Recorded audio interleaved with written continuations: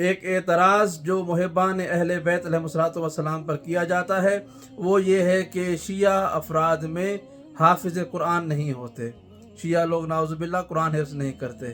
اگر آپ سے کہا جائے کہ دن کے وقت آپ باہر نکل کے دیکھیں اور کوئی کہے کہ دن کو سورج نہیں ہوتا ہے، آپ کہیں گے کتنا بڑا جھوٹ ہے کہ دن بھی ہو اور سورج نہ ہو، یہ نہیں ہو سکتا ہے۔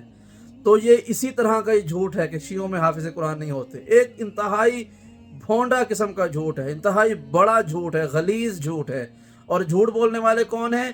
وہ خود یہ بات سمجھ لیں، جتنا بڑا جھوٹ ہوگا اتنا ہی بڑا جھوٹا ہوگا۔ کوئی شخص آپ سے یہ کہے کہ شیعوں میں حافظ قرآن نہیں ہوتے، اسے کہیں کہ آپ بھی جھوٹے ہیں، اور یہ بات بالکل جھوٹ ہے۔ کیوں؟ چونکہ شیعہ افراد میں بہت سارے حفاظ قرآن موجود ہیں، اور یہ میں تاریخ کی کتابوں سے ثابت کر سکتا ہوں کہ شیعہ افراد میں تاریخ اسلام میں جو سب سے پہلا حافظ قرآن ہے اس کا نام علی ابن ابی طالب ہے، اور وہ شیعوں کا پہلا امام ہے، اللہ کا ولی ہے اور رسول خدا کا بلا فصل جانشین ہے۔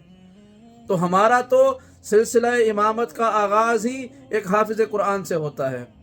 ہم تو اہل بیت علیہ السلام کو جو افضلیت اور منزلت ہم مانتے ہیں اس کے سربراہ کا نام علی ابن ابی طالب ہے، اور وہ حافظ قرآن ہے۔ پھر اس کے بعد کائنات کی سب سے پہلی خاتون کہ جو حافظ قرآن تھی اس کا نام فاطمہ الزہرا سلام اللہ علیہا ہے، کہ شہزادی نے قرآن کو حفظ کیا، یاد کیا، اور آپ نے مکے اور مدینے کی عورتوں کو بتایا۔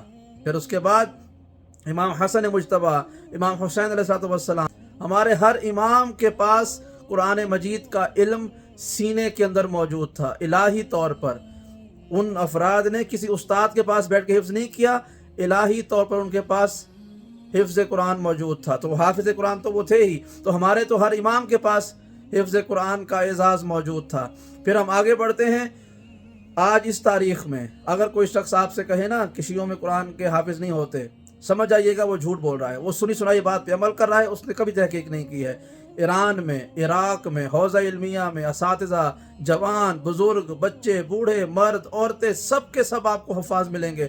حتیٰ کہ پاکستان کے بعض شہروں میں بڑے بڑے ادارے موجود ہیں کہ جو صرف اور صرف حفظ قرآن کرواتے ہیں، اور خالصتاً مکتب محمد و اہل بیت محمد کے ماننے والے ہیں۔ اور ان کا حفظ کا طریقہ صرف یہ نہیں گھٹا لگا لیا جائے، ختم کر دیا جائے، بلکہ ان کو بتایا جاتا ہے کہ اس سے پہلے والی آیت کیا تھی، اس کے بعد کی آیت کیا ہے، شان نزول کیا ہے، یہ کب نازل ہوئی، کیوں نازل ہوئی، مکی ہے یا مدنی ہے۔ اور آپ ان سے سوال کریں، انٹرنیٹ پر، ٹیلی ویژن پر، مین اسٹریم میڈیا پر، بہت جگہ پر بچوں کو لے جایا گیا۔ وہ ایران سے بھی ہیں، عراق سے بھی ہیں، پاکستان سے بھی ہیں، اور بالاخص پاکستان میں یہ پروپیگنڈا ہوتا ہے تو پاکستان میں اس کا منہ توڑ جواب اب تو نیٹ پہ ہر جگہ موجود ہے۔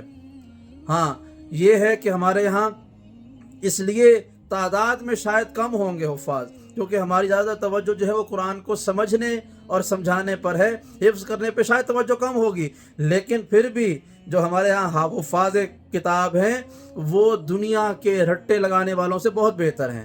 ان کے سینوں میں قرآن موجود ہے، محفوظ ہے۔ اور اس طرح سے یہ ہے کہ آپ سوتے ہوئے کو جگا کر پوچھیں، بتاؤ فلاں آیت، فلاں سے پہلے آیت کیا تھی، اس کے بعد کی آیت کیا ہے، کس موقع پہ نازل ہوئی ہے، آپ سوال کریں۔ میں چیلنج کرتا ہوں، جو کہتا ہے نا شیعوں کے پاس حافظ قرآن نہیں ہوتے، میرا چیلنج حافظ ہاشم رضا قدیری کا کہ میں ایک دن کے نوٹس پر 20 حفاظ قرآن پاکستان میں جمع کر سکتا ہوں، سب کے سب شیعہ، اور وہ عام روٹین کے حفاظ سے ہٹ کر ہوں گے۔